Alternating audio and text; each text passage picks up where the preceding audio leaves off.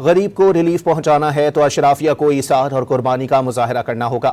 وزیر اعظم شہباز شریف نے موجودہ صورتحال میں عام آدمی کو زیادہ سے زیادہ ریلیف پہنچانا حکومت کی اولین ترجیح قرار دے دیا۔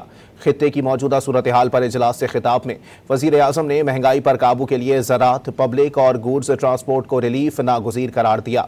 واضح کیا کہ اس ریلیف کے لیے مل کر فنڈز اکٹھا کرنے ہوں گے۔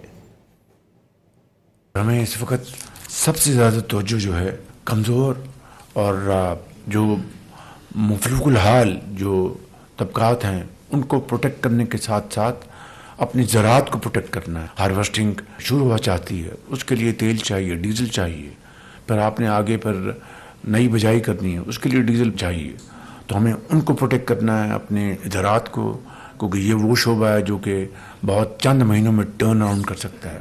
اسی طریقے سے آپ نے پبلک ٹرانسپورٹ کو آپ نے پروٹیکٹ کرنا ہے، آپ نے گڈز ٹرانسپورٹ کو پروٹیکٹ کرنا ہے تاکہ آپ کی انفلیشن اس کو کنٹرول کر سکیں۔ ان کے لیے یقیناً ہمیں فنڈز چاہیے اور یہ فنڈز ہم نے مل کر اکٹھے کرنے ہیں۔